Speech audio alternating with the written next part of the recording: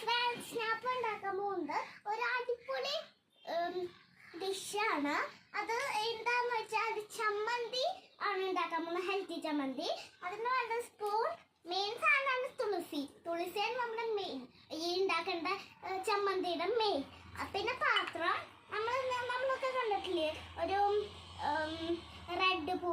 പിന്നെ ഇത് ചതയ്ക്കുന്ന സാധനം, ഇത് കുരുമുളകിന്റെ ഇല കണ്ടോ, വലിയ ഇല.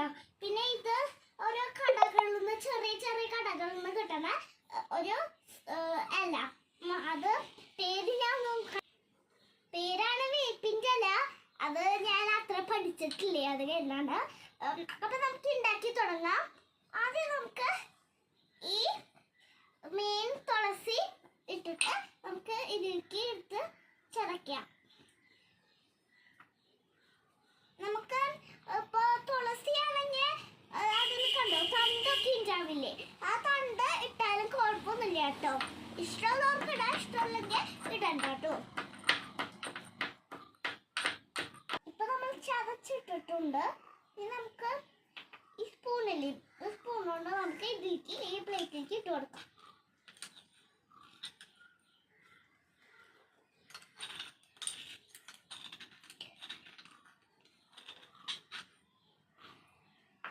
ചിലതുകളെ നമ്മുടെ ഈ സ്പൂൺ കൊണ്ട് എടുക്കാൻ പറ്റില്ല, അത് കാരണം ഞാൻ കൈ കൊണ്ട് എടുക്കുന്നുണ്ട്.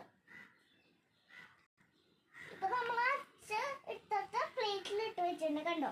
ഇനി നമുക്ക് ഈ പൂവില്ലേ, ഈ പൂവിന്റെ ഈ തണ്ടില്ലേ, ആ തണ്ട് നമ്മൾ യൂസ് ചെയ്യാൻ പാടില്ല. ഈ ഫെദേഴ്സ് മാത്രമേ യൂസ് ചെയ്യാൻ പാടുള്ളൂ.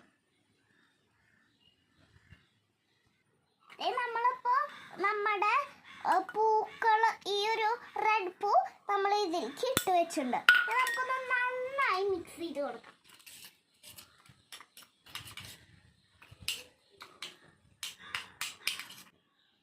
ഇതിപ്പോ ഈ കുരുമുളകില്ലേ, കുരുമുളകിന്റെ ഇലയാണ്. നമുക്കിപ്പോ പൊട്ടിച്ച് ഇതിലേക്ക് നമുക്ക് ചതച്ചിടാം.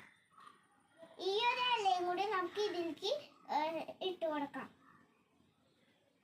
ഓക്കെ, ഇനി നമുക്ക് ചതച്ചെടുക്കാം എല്ലാതും കൂടി, ഈ രണ്ട് ഇലയും കൂടി ഇട്ടോ.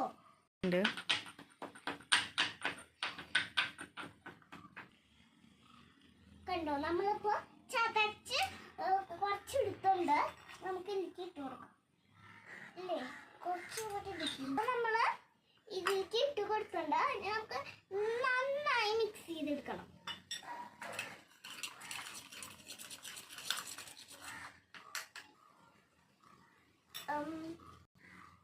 നമ്മളിപ്പോ ഉണ്ടാക്കി നല്ല മിക്സ് ആക്കി എടുത്തുണ്ട്.